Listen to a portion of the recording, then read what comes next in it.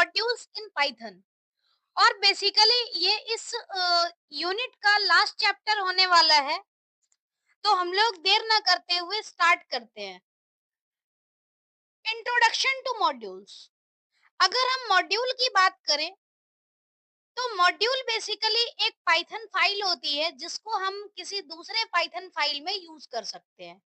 A Python file which is used in another python file is called a python module।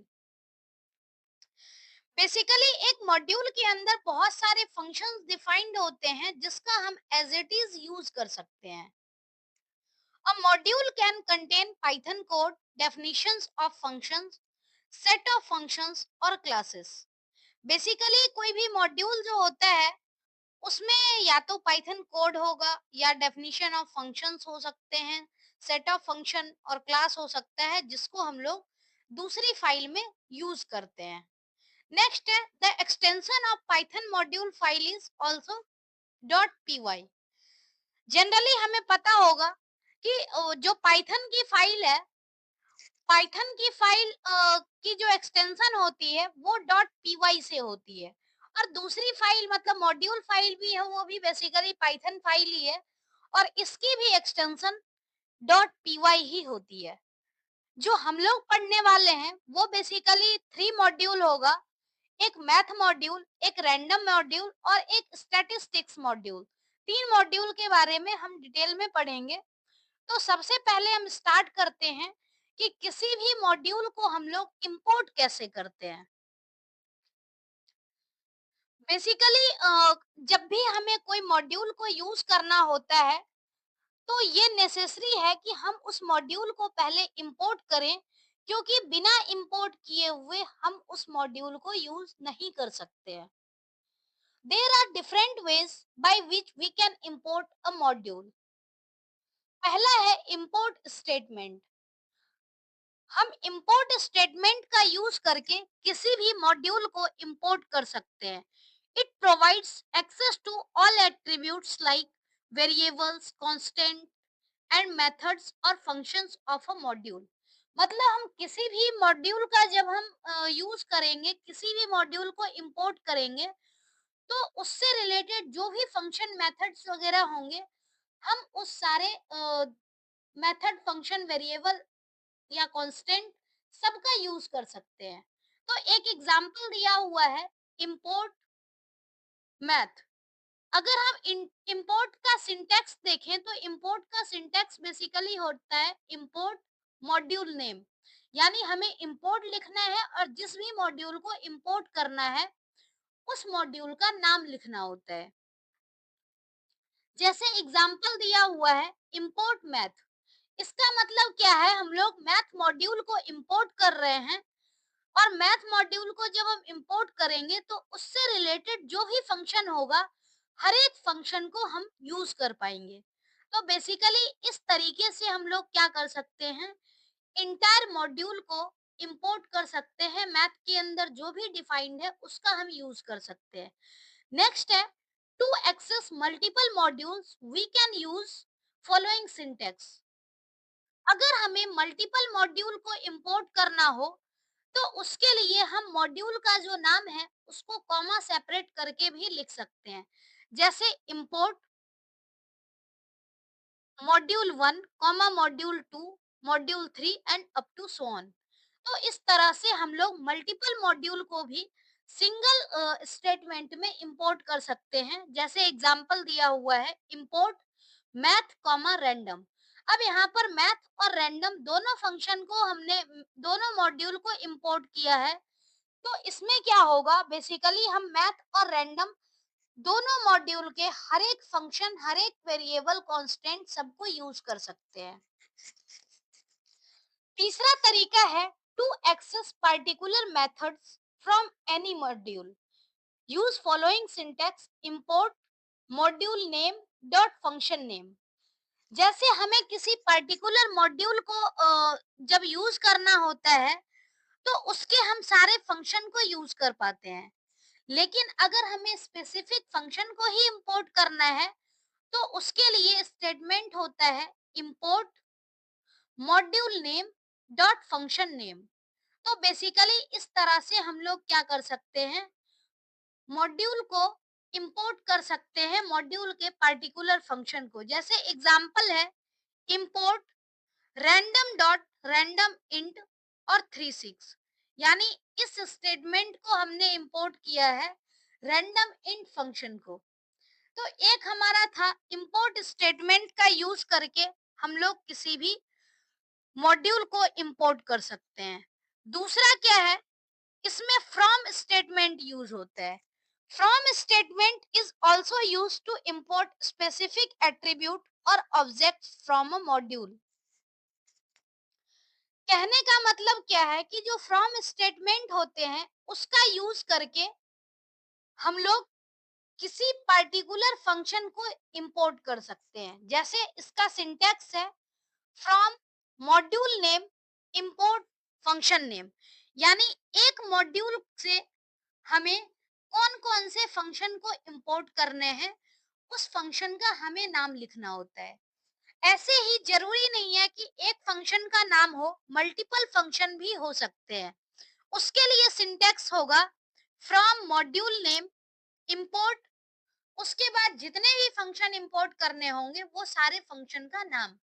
जैसे example है from math, यानी math module से हमें function को import करना है। इंपोर्ट क्या फंक्शन इंपोर्ट करना है, तो SQRT स्क्वाड फंक्शन। तो इसका मतलब क्या है, हमने मैथ मॉड्यूल के स्क्वाड फंक्शन को ही सिर्फ इंपोर्ट किया है। अगर हमें मल्टीपल फंक्शन को इंपोर्ट करना होगा तो उसके लिए हम क्या करते हैं, from math import squad comma floor. मतलब यहाँ पर हमने दो फंक्शन को इंपोर्ट किया है, तो function one comma function two, इस तरह से हम लोग मल्टीपल फंक्शन को इंपोर्ट कर सकते हैं। एक और तरीका है import star. Import star star का यूज करके हम लोग उस पर्टिकुलर मॉड्यूल के सभी ऑब्जेक्ट को इंपोर्ट कर सकते हैं। जैसे हमने फ्रॉम मॉड्यूल नेम और इंपोर्ट स्पेसिफिक फंक्शन नेम डाला है, ऐसे ही फ्रॉम का यूज करते हुए भी हम लोग सभी फंक्शन को एक्सेस कर सकते हैं, जिसका सिंटैक्स है from module name import star. जैसे एग्जांपल है फ्रॉम मैथ इंपोर्ट स्टार, यानी हमें मैथ मॉड्यूल से इंपोर्ट करना है उसके सभी फंक्शन को। तो आइदर हम इंपोर्ट मैथ लिखें तो मैथ के सारे फंक्शन इंपोर्ट होंगे, या फिर फ्रॉम मैथ इंपोर्ट स्टार लिखें तो मैथ के सारे फंक्शन इंपोर्ट होंगे। तो बेसिकली ये सारा तरीका है जिसकी हेल्प से आप किसी भी मॉड्यूल को इंपोर्ट कर सकते हो। चूज आपको करना है कि कौन सा तरीका सही है, कौन सा तरीका आपको बेटर लगता है। दूसरा क्या है, कंसेप्ट है मॉड्यूल एलियासिंग। कई बार क्या होता है कि हमें मॉड्यूल को मतलब जैसे क्या है कि अगर हम मॉड्यूल का यूज करते हैं तो बार बार उस मॉड्यूल का नाम लिखना होता है। तो हो सकता है कोई मॉड्यूल का नाम लंबा हो जिसे हमें बार बार लिखना थोड़ा टिपिकल हो। तो इस प्रॉब्लम को दूर करने के लिए एक कंसेप्ट है मॉड्यूल एलियासिंग का। मॉड्यूल एलियासिंग का यूज करके बेसिकली हम लोग किसी भी मॉड्यूल का एक निकनेम क्रिएट कर सकते हैं, और उसके लिए यूज होता है import keyword. Import as keyword use होता है import module name as alias name. तो इससे क्या होता है बेसिकली, जो मॉड्यूल है उसका एक एलियास नेम क्रिएट हो जाता है। For example import random as AR as R. अब यहाँ पर रैंडम मॉड्यूल की जगह हम लोग बार बार जहाँ पर रैंडम लिखना हो उसकी जगह हम लोग आर यूज कर सकते हैं, ताकि बार बार रैंडम ना लिखना पड़े और सिर्फ आर लिखना आसान हो जाएगा। तो बेसिकली ये मॉड्यूल एलियासिंग का कंसेप्ट है, और इसका यूज करके हम लोग किसी भी मॉड्यूल का जो नाम है उसको निकनेम दे सकते हैं, ताकि इजीली हम लोग उसको एक्सेस कर सकें, उसके सारे फंक्शन को एक्सेस कर सकें। तो बेसिकली मॉड्यूल का बेसिक कंसेप्ट ही यही था कि हम मॉड्यूल को किस किस तरीके से इंपोर्ट कर सकते हैं, और मॉड्यूल एलियासिंग का कंसेप्ट था। अब एक एक करके हम लोग मैथ फंक्शन, मतलब मैथ मॉड्यूल, रैंडम मॉड्यूल और स्टैटिस्टिक्स मॉड्यूल, तीनों के बारे में डिटेल में पढ़ेंगे। जो भी फंक्शन है उसके बारे में एक दो एग्जाम्पल हम लोग डिस्कस करेंगे, और बेसिकली जो कैलकुलेशन है वो कंप्यूटर के द्वारा ऑटोमेटिक होती है, तो हम इसके रिजल्ट पे बहुत ज्यादा डिस्कस नहीं करेंगे। हम लोग मेनली जो फंक्शन है उसकी डिटेल जानने की कोशिश करेंगे कि कौन से मॉड्यूल का किस फंक्शन का क्या काम है। तो स्टार्ट करते हैं हम लोग मैथ मॉड्यूल के बारे में। सबसे पहला जो है वो है पाई। पाई बेसिकली एक मैथमेटिकल कांस्टेंट है, और ये पाई जो है बेसिकली पाई के फंक्शन को, पाई के वैल्यू को रिटर्न करता है। हम लोग जानते हैं कि पाई की वैल्यू रैंडमली हम लोग जो लेते हैं वो लेते हैं 3.14, लेकिन पाई की वैल्यू 3.14 ही नहीं, उसकी एक कंप्लीट वैल्यू आती है जो कि स्क्रीन पे आपको दिख रहा होगा। तो बेसिकली इस पाई का एग्जैक्ट वैल्यू हमें अगर यूज करना होगा तो हम इसे मैथ फंक्शन का इंपोर्ट करके मैथ फंक्शन को इंपोर्ट करेंगे और उसकी हेल्प से पाई की इस वैल्यू को यूज कर सकते हैं। तो जैसे यहाँ पर दिया हुआ है इंपोर्ट मैथ, यानी मैथ मॉड्यूल को हमने इंपोर्ट किया, मतलब जो भी हम लोग मैथ का फंक्शन यहाँ पर पढ़ेंगे सब में पहला स्टेटमेंट होगा इंपोर्ट मैथ, यानी हमने मैथ के फंक्शन को इंपोर्ट कर लिया है। अब मैथ के हम सारे कांस्टेंट, सारे वेरिएबल और सभी मेथड को एज इट इज यूज कर सकते हैं। तो सबसे पहले आता है पाई, यानी इंपोर्ट मैथ किया तो मैथ फंक्शन जो है मैथ मॉड्यूल इंपोर्ट हो गया। मैथ डॉट पाई, यानी हमने जो यूज किया है, बार बार हम लोग मैथ डॉट पाई इसलिए लिखेंगे, मैथ डॉट इसलिए लिखना है ताकि इससे ये क्लियर हो सके कि हम लोग मैथ मॉड्यूल का यूज करके पर्टिकुलर कांस्टेंट या फिर मेथड का यूज कर रहे हैं। तो यहाँ पर हमें लिखना है मैथ डॉट पाई, तो इससे क्या होगा, पाई की वैल्यू ऑटोमेटिक प्रिंट हो जाएगी या किसी भी प्रोग्राम में यूज हो जाएगा। इसी तरह से दूसरा कांस्टेंट है ई, जिसकी वैल्यू है 2.718281। बेसिकली हम लोग यही यूज करते हैं और इसे यूलर्स नंबर कहा जाता है। अगर हमें इसको यूज करना होगा तो हम लोग इसके लिए स्टेटमेंट यूज करेंगे इंपोर्ट मैथ, उसके बाद हमें लिखना है मैथ डॉट ई, यानी ई जो है वो मैथ में डिफाइन किया गया है। तो इस तरह से हम लोग क्या कर सकते हैं, ई की जो वैल्यू है उसको अपने प्रोग्राम में यूज कर सकते हैं। नेक्स्ट है स्क्वाड। जो स्क्वाड फंक्शन है वो बेसिकली स्क्वायर रूट कैलकुलेशन के लिए हम लोग यूज करते हैं। स्क्वाड फंक्शन का मतलब है कि किसी भी वैल्यू का स्क्वायर रूट क्रिएट करना, और हर एक लाइन के आगे उसकी आउटपुट दे रखी है। स्क्वायर रूट जो कैलकुलेट हो रहा है, जैसे मैथ का स्क्वायर रूट, मैथ में 25 का स्क्वायर रूट जो होगा वो होगा 5, और जनरली ये फ्लोट वैल्यू रिटर्न करेगा। ऐसे ही अगर हम मैथ डॉट एसक्यूआरटी 50 लिखते हैं तो मतलब 50 का जो वैल्यू होगा वो रिटर्न हो जाएगा। तो इस तरह से काम करता है स्क्वाड फंक्शन। स्क्वाड फंक्शन का यूज किसी भी नंबर का स्क्वायर रूट निकालने के लिए हम लोग करते हैं। नेक्स्ट है सील। सील फंक्शन जो बेसिकली यूज किया जाता है स्मॉलेस्ट इंटीजर रिटर्न करने के लिए, या फिर जो स्मॉलेस्ट इंटीजर होगा वो आइदर ग्रेटर होगा या फिर इक्वल होगा एक्स के। जैसे यहाँ पर क्या है, हमने यूज किया है मैथ डॉट सील। बेसिकली एक होता है सील और एक होता है फ्लोर। तो सील यानी जैसे घर की बात करें तो सीलिंग ऊपर होती है, फ्लोर नीचे होती है, और यही सेम कंसेप्ट मैथ में यूज किया हुआ है, एक सीलिंग फंक्शन, एक फ्लोर फंक्शन। तो सील फंक्शन बेसिकली क्या है कि जो हमारे पास वैल्यू दे रखी होती है पॉइंट में, जो फ्लोट वैल्यू है, तो उसके ऊपर की वैल्यू जो है वो रिटर्न करता है सीलिंग फंक्शन। जैसे 4.5 है, तो 4 के ऊपर जो इंटीजर है वो होता है 5, तो मतलब यहाँ रिटर्न हो गया 5।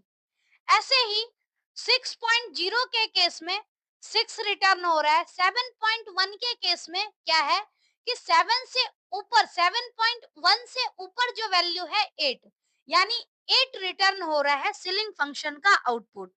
तो इस तरह से सीलिंग फंक्शन काम कर रहा है। ऐसे ही फ्लोर, फ्लोर में जैसा कि क्या है कि जो वैल्यू रिटर्न होती है वो बेसिकली जो दिया गया फ्लोट नंबर है उसके नीचे की वैल्यू रिटर्न होती है हमेशा। नीचे या इक्वल टू की जब हम बात करेंगे तो हो सकता है कि इक्वल वैल्यू भी मिल जाए। जैसे यहाँ पर क्या है, math dot floor, math dot floor की हम बात करेंगे। इसमें बेसिकली क्या है, 4.5 लिखा हुआ है और 4.5 से नीचे जो वैल्यू है वो है 4, यानी 4 वैल्यू जो है वो रिटर्न मिलेगा हमें जब हम लोग फ्लोर फंक्शन यूज करेंगे। ऐसे ही मैथ डॉट फ्लोर में क्या है, 6.0, 6.0 का मतलब है कि इसके नीचे की वैल्यू होगी जो होगी वो 6 इंटीजर के फॉर्म में। ऐसे ही मैथ डॉट फ्लोर यानी 7.1, तो फ्लोर वैल्यू इसकी होगी 7, क्योंकि 7 से नीचे की जो वैल्यू है वो बेसिकली इंटीजर जो यूज हो रहा है, वो इंटीजर यूज हो रहा है यहाँ पर 7। तो इस तरह से फ्लोर फंक्शन काम करता है। नेक्स्ट है पावर। पावर फंक्शन बेसिकली जो रिटर्न करता है वो x to the power y की वैल्यू रिटर्न करता है। जैसे एक वैल्यू हमारे पास है x और दूसरी वैल्यू y, मतलब पहली वैल्यू x होगी, दूसरी वैल्यू y होगी। और ध्यान में रखना है कि ये हमेशा इसका जो रिटर्न टाइप होता है ये बेसिकली फ्लोट होता है। तो इसमें हम लोग क्या करते हैं, मैथ डॉट पावर फंक्शन जब यूज करते हैं तो यहाँ पर क्या है कि जैसे 3 और 2, यानी x की वैल्यू 3 हो गई, y की वैल्यू 2 हो गई, मतलब 3 टू द पावर 3 2 यानी 9, तो 9 यहाँ पर फ्लोट में रिटर्न हो रहा है। तो बेसिकली इस तरीके से जो पावर फंक्शन है वो काम करता है। ऐसे ही 5 0, तो 5 टू द पावर 0 की वैल्यू आती है 1, तो इसका मतलब क्या है, 1.0 रिटर्न कर रहा है क्योंकि ये फ्लोट वैल्यू रिटर्न करता है। ऐसे ही माइनस में भी पावर है 10 टू द पावर -1, तो इसकी वैल्यू है 0.1, तो ये पावर माइनस प्लस किसी में भी हो सकता है। नेक्स्ट है फेब्स, मतलब अब्सोल्यूट वैल्यू। ये जो है बेसिकली अब्सोल्यूट वैल्यू रिटर्न करता है without any sign, it's return type is float. मतलब जो फैब्स फंक्शन है ये भी बेसिकली क्या काम करता है, और फैब्स का मतलब ये है कि फ्लोट अब्सोल्यूट यहाँ पर, तो इसके रिटर्न टाइप फ्लोट होता है। जब भी हम लोग फैब्स लिखेंगे तो हमेशा क्या होगा कि जो अब्सोल्यूट वैल्यू है, जो एग्जैक्ट वैल्यू जिसको जैसे मॉड लेकर के जो पॉजिटिव वैल्यू आती है, हमेशा इसकी वैल्यू पॉजिटिव में आएगी, चाहे साइन कुछ भी हो। तो जैसे यहाँ पर -10 है, तो -10 का मतलब क्या है कि इसका जो मॉडुलस वैल्यू है वो है 10, तो 10 को फ्लोट में लिखा हुआ है यहाँ पर आउटपुट में। ऐसे ही मैथ डॉट फैब्स 15, तो 15.0, मैथ डॉट फैब्स 0, तो 0 को फिर से वही फ्लोट टाइप में हम रिप्रेजेंट कर रहे हैं। तो बेसिकली इस तरीके से हम लोग फैब्स फंक्शन का यूज करते हैं। नेक्स्ट है साइन। साइन वैल्यू जो है वो बेसिकली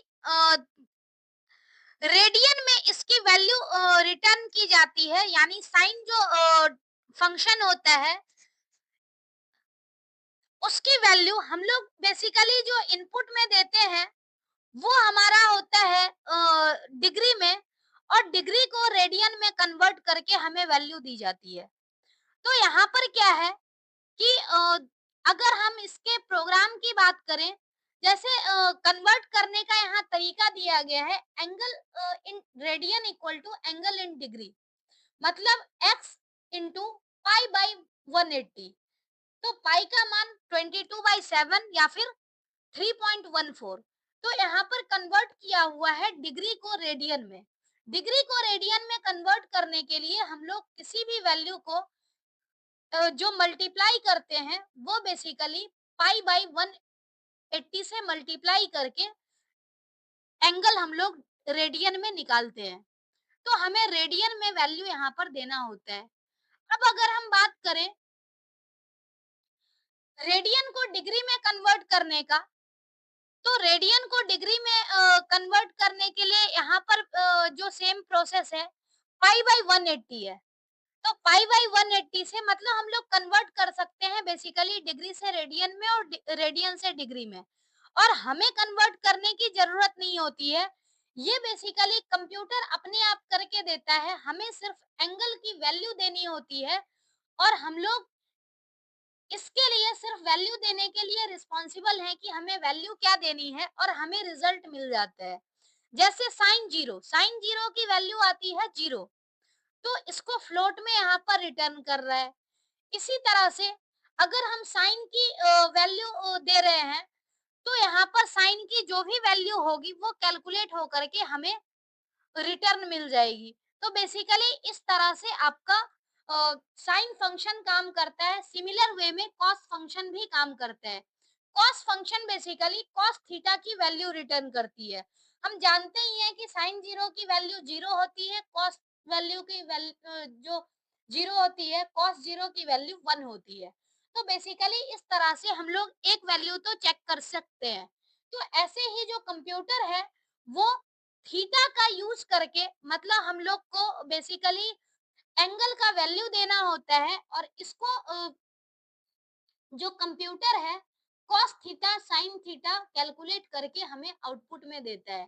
सेम इसी तरह से टेन थीटा का भी आउटपुट हमें मिलता है। Tan theta basically ten function जो है वो टेंजेंट रिटर्न करता है, और अ, जो ये ट्रिगो का फंक्शन है ये बेसिकली मैथ में डिफाइन किया गया है।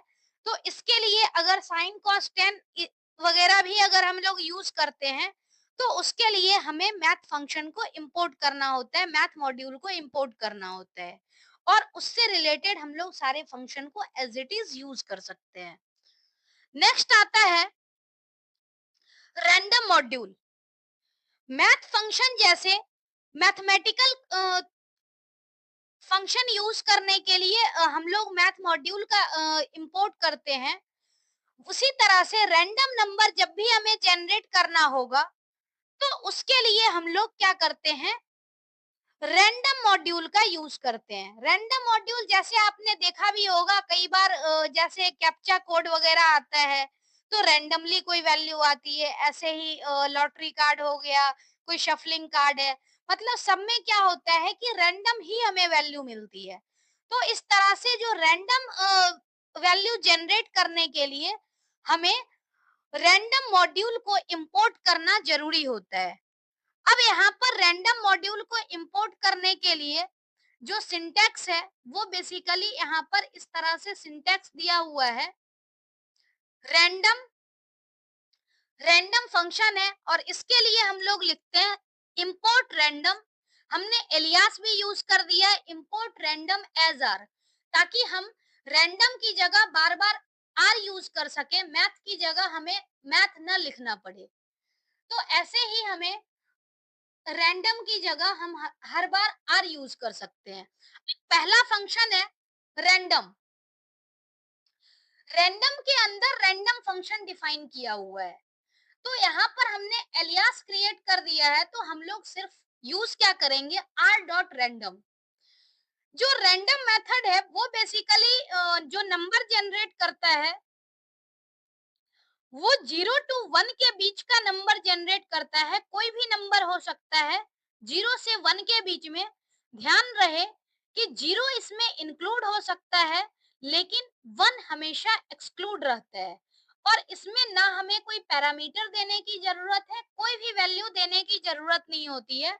जो रैंडम फंक्शन है, वो 0 से 1 के बीच का वैल्यू रिटर्न करता है, जिसमें से 1 हमेशा एक्सक्लूड किया जाता है। तो बेसिकली हमने यहाँ पर 3 टाइम्स रैंडम फंक्शन का यूज़ किया है, r.random। तो हर बार रैंडम नंबर जो है वो अलग-अलग जनरेट हो रहा है, और ये रैंडम नंबर जो है वो 0 और 1 के बीच का है। ये बेसिकली फ्लोट में वैल्यू रिटर्न कर रहा। दूसरा फंक्शन है जिसमें हम लोग इंटीजर वैल्यू रिटर्न करते हैं। जैसे फंक्शन है randint. Randint function जो है वो बेसिकली टू पैरामीटर को एक्सेप्ट करता है, और टू पैरामीटर की हेल्प से उसके बीच का जो इंटीजर नंबर है उसको जनरेट करता है। जैसे यहाँ पर अगर हम बात करें ए और बी की, तो जो स्टार्टिंग वैल्यू होती है फर्स्ट पैरामीटर हमेशा इंक्लूड होता है, लेकिन जो दूसरी वैल्यू होती है, दूसरी वैल्यू ये भी इंक्लूसिव होती है। मतलब फर्स्ट और सेकंड, जैसे जनरली स्टॉप वैल्यू जो है बाद की वैल्यू इंक्लूड नहीं होती है, लेकिन रैंडम फंक्शन में बेसिकली रैंड इंट में क्या होता है कि स्टार्टिंग और बाद की दोनों वैल्यू, मतलब जो हम लोग रेंज देते हैं, बेसिकली दो पैरामीटर देते हैं, वो दोनों वैल्यू भी इंक्लूड हो सकती है। यहाँ पर अगर हम रैंडम की बात करें, तो जरूरी नहीं है कि हर बार अलग-अलग वैल्यू जनरेट करे, कई बार सेम भी वैल्यू जनरेट कर सकती है। जैसे रैंडम ही है तो रैंडम का मतलब है कोई भी वैल्यू जनरेट कर देना। इसके लिए हम लोग प्रोग्राम जो लिख रहे हैं, इंपोर्ट रैंडम एज आर। अब आर जहां जहां हम लोग को रैंडम यूज करना होगा, उस जगह पे हम लोग आर का यूज कर सकते हैं, यानी आर डॉट रैंड इंट, और हमने वैल्यू दे दी है 49। हर बार ही एग्जांपल में हम 49 ले रहे हैं, लेकिन पहली बार में आउटपुट जनरेट हो रहा है 4, दूसरी बार में 5, तीसरी बार में 7। कहने का मतलब 4 और 9 के बीच का ये रैंडम इंटीजर जनरेट कर रहा है। जो रैंडम फंक्शन है वो 0 से 1 के बीच की वैल्यू जनरेट कर रही है, फ्लोट वैल्यू। और रैंड इन फंक्शन क्या करता है, जो हम लोग दो पैरामीटर देते हैं उसके बीच की वैल्यू जनरेट करती है। नेक्स्ट फंक्शन है रैंड रेंज। रैंड रेंज में बेसिकली हम लोग क्या करते हैं, स्टार्ट, स्टॉप और स्टेप तीनों देते हैं। जैसे रेंज फंक्शन रेंज होता है, रेंज रेंज में तीनों पैरामीटर हम लोग लिखते हैं, उसी तरह से रेंड रेंज जो है इसमें भी स्टार्ट, स्टॉप और स्टेप तीनों पैरामीटर होते हैं। अगर हम बात करें यहाँ पर रैंड रेंज मेथड की, तो रैंड रेंज मेथड बेसिकली क्या करता है, एक रैंडम इंटीजर ही जनरेट करता है स्टार्ट और स्टॉप के बीच का, जिसमें स्टार्ट जो है वो इंक्लूड होता है, लेकिन स्टॉप एक्सक्लूड होता है। और जो स्टेप है वो स्टेप बीच का मतलब गैप है। इसमें स्टॉप तो हमेशा हम हर बार ही देना है, जैसे रेंज फंक्शन में देते हैं, लेकिन स्टार्ट और स्टेप ऑप्शनल होता है। और इसकी डिफॉल्ट वैल्यू होती है, जो स्टार्ट की डिफॉल्ट वैल्यू होती है वो होती है 0, और स्टेप की वैल्यू होती है 1। सेम कंसेप्ट रेंज फंक्शन का। पिछले में जो हमने रैंक में पढ़ा था उसमें स्टार्ट और स्टॉप दोनों इंक्लूडेड थे, लेकिन इसमें स्टॉप जो है वो एक्सक्लूसिव है। अब एग्जाम्पल की हम बात करें, तो एग्जाम्पल हम लोग देखते हैं, इंपोर्ट रैंडम एज आर। हमने रैंडम फंक्शन यूज करने के लिए, रैंडम का फंक्शन यूज करने के लिए रैंडम मॉड्यूल को इंपोर्ट किया है एज आर। जहां जहां पर रैंडम लिखने की जरूरत होगी सब जगह हम लोग आर लिखेंगे। पहला है generate any random number between 0 to 9। 0 include होगा और 9 एक्सक्लूड होगा। तो उसके लिए क्या है कि 0 तो बाय डिफॉल्ट वैल्यू है, इसलिए हमें 0 अलग से लिखने की जरूरत नहीं है। सिर्फ हम लोग क्या लिखेंगे, आर डॉट रैंड रेंज और पैरेंथेसिस दे करके 9। इसका मतलब क्या है, डिफॉल्ट वैल्यू हमेशा स्टार्ट की 0 हो गई और एंड की वैल्यू 9 हो गई। मतलब जो ये वैल्यू यहाँ पर जनरेट होगा वो बेसिकली 0 टू 9 के बीच का वैल्यू जनरेट होगा। नेक्स्ट है, हमने स्टार्ट की वैल्यू दे दी generate any random number between 4 to 9। 4 include होगा और 9 एक्सक्लूड होगा। तो इस केस में क्या है, हमने 4 और 9 लिखा। इस केस में क्या है कि 4 और 9 जब हम लोग लिख रहे हैं तो 4 इंक्लूड हो रहा है लेकिन 5 एक्सक्लूड हो रहा है। तो बेसिकली इस तरीके से क्या है कि हम लोग स्टार्ट और स्टॉप की वैल्यू दे करके भी रैंडम नंबर जनरेट कर सकते हैं। तीसरा क्या है, स्टार्ट स्टॉप और स्टेप, तीनों वैल्यू हमने दे दी, यानी 3 9 और 2। तो इसमें बेसिकली क्या होगा, 3 से 9 के बीच का वैल्यू जनरेट होगा, यानी 3 इंक्लूड हो सकता है लेकिन अप टू 8 ही जनरेट होगा क्योंकि 9 एक्सक्लूडेड है। तो 3 टू 8 की वैल्यू जनरेट होगी, लेकिन क्या, तो 2 के गैप में। मतलब इसमें जो डिफरेंस होगा वो कभी ऐसा नहीं हो सकता है कि 3 भी जनरेट कर दिया और 3 के बाद 4 भी जनरेट कर दे। तो मतलब इसमें जनरली गैप देखने को मिलेगा। जब भी रैंडम जनरेट होगा तो यहाँ पर स्टेप की वैल्यू चूंकि बाय डिफॉल्ट जो है वो 1 होती है और यहाँ पर 2 दिया हुआ है तो 2 मेंशन्ड है तो यहाँ पर 2 का गैप हो सकता है रैंडम वैल्यू जनरेट होने में। तो बेसिकली स्टार्ट स्टॉप और स्टेप का यही फंडा है। हमने मैथ मॉड्यूल भी पढ़ लिया, रैंडम मॉड्यूल भी पढ़ लिया। अब ये लास्ट है स्टैटिस्टिक्स मॉड्यूल। जो स्टैटिस्टिक्स मॉड्यूल है वो बेसिकली स्टैटिस्टिकल मेथड यूज करने के लिए इंपोर्ट किया जाता है। जैसे हमने पढ़ा है स्टैटिस्टिक्स में मीन, मोड और मीडियन। तो ये स्टैटिस्टिकल मेथड है और इसका यूज करने के लिए हम लोग स्टैटिस्टिक्स मॉड्यूल को इंपोर्ट करते हैं। पहला फंक्शन है मीन, यानी स्टैटिस्टिक्स डॉट मीन। और इसमें हमें पता होना चाहिए कि कभी भी हम मीन, मोड या मीडियन निकालते हैं तो हमें इनपुट में डेटा देने की जरूरत होगी। तो बिना डेटा के यहाँ हम लोग स्टैटिस्टिक्स मॉड्यूल का फंक्शन यूज नहीं कर सकते। तो हमें इसके पैरामीटर में डेटा जरूर देना होगा। जैसे मीन का सिंटैक्स और वर्किंग हम लोग देखते हैं। मीन बेसिकली क्या करता है, जैसे सिंटैक्स देखें तो स्टैटिस्टिक्स डॉट मीन और ब्रैकेट में क्या है, डेटा। यानी स्टैटिस्टिक्स मॉड्यूल जो है इसके अंदर डिफाइन किया जाता है मीन फंक्शन और इसमें हम लोग ब्रैकेट में डेटा लिखते हैं। मीन फंक्शन बेसिकली क्या करता है, एवरेज रिटर्न करता है जो भी डेटा सेट आपको दिया जाए। तो डेटा का एवरेज निकाल करके मीन फंक्शन देता है। अगर हम मीडियन की बात करें तो मीडियन हमेशा क्या होता है कि जो वैल्यू हो, डेटा सेट को पहले इंक्रीजिंग ऑर्डर में असेंडिंग ऑर्डर में अरेंज कर देता है और उसकी जो मिडिल वैल्यू होती है, मिडिल वैल्यू बेसिकली मीडियन होती है। और इनकेस मिडिल वैल्यू सिंगल ना हो, बीच में दो वैल्यू मिडिल आए, अगर ऑड नंबर होगा, डेटा सेट का जो नंबर होगा, डेटा में ऑड नंबर ऑफ डेटा होगा तो मिडिल वैल्यू इजिली मीडियन आ जाएगी। लेकिन अगर मान लो कि 8 नंबर है तो 8 में से तो एग्जैक्ट बीच में कोई भी नहीं हो सकता, तो दो नंबर बीच में आएगा। तो उस केस में हमें क्या करना है, उस दोनों का हमें एवरेज निकालना होता है बेसिकली। मतलब n plus one by two at value, यानी कि उससे हम लोग क्या करते हैं, दोनों का एवरेज निकाल लेते हैं। तो वो बेसिकली मीडियन की वैल्यू होती है। यानी अगर हम बात करें कि एक नंबर हमारे पास 4 है बीच में और अगला 5 है, तो हम लोग इस दोनों को ऐड करेंगे और 2 से डिवाइड करेंगे तो 4.5। तो इसका मीडियन जो आएगा वो 4.5 आएगा, मतलब इस दोनों के बीच की वैल्यू। तो इस तरह से मीडियन कैलकुलेट होती है और मीडियन निकालने के लिए हम लोग क्या करते हैं, मीडियन फंक्शन का यूज करते हैं।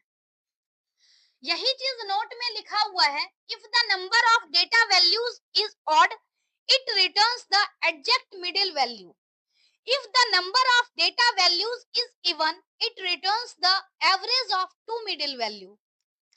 जो हमने एक्सप्लेन किया है सेम चीजें लिखी हुई है। नेक्स्ट है mod function. Mod function basically उस वैल्यू को रिटर्न करता है जिसकी फ्रीक्वेंसी डेटा सेट में सबसे ज्यादा हो। तो इस तरह से तीनों फंक्शन का अलग अलग यूज है। मीन फंक्शन जो है वो एवरेज निकालता है, मीडियन जो है वो मिडिल वैल्यू फेच करता है, मिडिल वैल्यू एग्जैक्टली जो मिडिल वैल्यू होंगे उसका एवरेज निकालेगा अगर दो वैल्यू हो। सिंगल वैल्यू मिडिल में हो तो जो मिडिल वैल्यू होगी वो आंसर आएगा। मॉड के केस में क्या है, जिसकी फ्रीक्वेंसी सबसे ज्यादा होती है वो वैल्यू आंसर होगा। हम लोग इसको एग्जाम्पल की हेल्प से देखते हैं और बेसिकली ये आज का लास्ट ही कंसेप्ट है। जब भी हमें स्टैटिस्टिक्स मॉड्यूल को इंपोर्ट करना होगा तो उसके लिए हम स्टेटमेंट लिखेंगे इंपोर्ट स्टैटिस्टिक्स, और हमने यहाँ पर एलियासिंग यूज किया है एज एस, मतलब बार बार हमें स्टैटिस्टिक्स लिखने की जरूरत नहीं होगी। स्टैटिस्टिक्स की जगह हम लोग एस लिख करके काम चला सकते हैं। नेक्स्ट है, हमने एक डेटा सेट लिया है एल, और इसमें मतलब डेटा सेट बेसिकली हमने एक लिस्ट क्रिएट कर दी। लिस्ट के अंदर जो डेटा है वो डेटा है 145747 410 12, मतलब अगर हम इसकी बात करें तो इसके अंदर टोटल 9 एलिमेंट है। अब हम लोग मीन मोड और मीडियन तीनों निकालते हैं। अगर हम स्टेटमेंट की बात करें print mean of data set, तो हम इस स्टैटिस्टिक्स मॉड्यूल का यूज करके अगर मीन यूज करते हैं, मीन फंक्शन की हेल्प से जब हम डेटा निकालते हैं तो मीन एल, तो मीन कैसे कैलकुलेट हो रहा है, बेसिकली वन मीन निकालने के लिए यहाँ पर हम लोग क्या करेंगे, पहले सारे नंबर को ऐड करेंगे और उसके बाद फिर क्या है टोटल नंबर से डिवाइड करेंगे। जैसे यहाँ टोटल 9 नंबर है तो हमें यहाँ पर सम निकालना होता है, बेसिकली सम बाय टोटल हम करते हैं मीन निकालने के लिए। तो 1 4 5 7 4 7 4 10 और 12, तो बेसिकली इसका जो सम आएगा वो सम आएगा 54। हमने सम निकाल लिया और इसमें नंबर ऑफ एलिमेंट जो है वो है 9। तो इस तरह से हमारे पास जो सम की वैल्यू आ गई, सम की वैल्यू 54 है और नंबर ऑफ एलिमेंट जो है वो 9 है। तो मीन निकालने के लिए हम लोग क्या करते हैं, सम बाय टोटल यानी 54 बाय 9 यानी 6। तो आप आंसर में देख रहे होगे mean of the data set यहाँ पर 6 आ गया। हम लोग जब मीडियन की बात करेंगे तो मीडियन निकालने के लिए क्या करना होता है, सबसे पहले डेटा सेट को असेंडिंग ऑर्डर में अरेंज करना होता है। तो असेंडिंग ऑर्डर में अरेंज करने के लिए हमें क्या करना होगा, हर एक डेटा सेट को लिखना होगा। जैसे 1 के बाद 4 आता है, 4 हमारे पास 3 टाइम है यानी 4 4 4 3 टाइम। 4 के बाद 5 है, 5 1 टाइम है। अगेन 7 जो है वो 2 टाइम है, तो 2 टाइम हमने 7 लिख दिया। अब ये 10 और आगे 12, टोटल हमारे पास 9 एलिमेंट आ गए। अब 9 में जब हम इधर से काउंट कर रहे हैं तो टोटल 9 एलिमेंट है। तो जब 9 एलिमेंट है तो 9 में से एक एलिमेंट बीच में होगा, यानी कि दोनों साइड से 4 एलिमेंट हम काउंट कर लेंगे। 9 में से एक अगर माइनस करते हैं, क्योंकि एक एलिमेंट तो मीडियन हो जाएगा, तो टोटल 8 एलिमेंट बचा। 8 में से हम लोग अगर देखते हैं तो एक एलिमेंट हमारे पास 8 में से दोनों साइड 4 4 एलिमेंट होने चाहिए, यानी इस साइड से 4 एलिमेंट और इस साइड से 4 एलिमेंट को हम स्किप कर देंगे। मतलब ये बीच की जो वैल्यू आ गई ये हमारी मीडियन होगी। अगर इस केस में 10 वैल्यू होती तो 10 के केस में फिर एक की जगह 2 वैल्यू आता, तो मतलब दोनों का एवरेज आता मीडियन का रिजल्ट। तो इस तरह से बेसिकली मीडियन वर्क करता है। नेक्स्ट है मोड। मोड यानी जिसकी फ्रीक्वेंसी सबसे ज्यादा हो। फ्रीक्वेंसी यानी किसी डेटा में कोई ऐसा वैल्यू जो सबसे ज्यादा बार आ रहा हो। यहाँ पर हम ध्यान से देखें तो बाकी वैल्यू एक एक बार आ रही है, लेकिन 7 2 टाइम्स आ रहा है और 4 3 टाइम्स आ रहा है। मतलब 4 की फ्रीक्वेंसी सबसे ज्यादा है।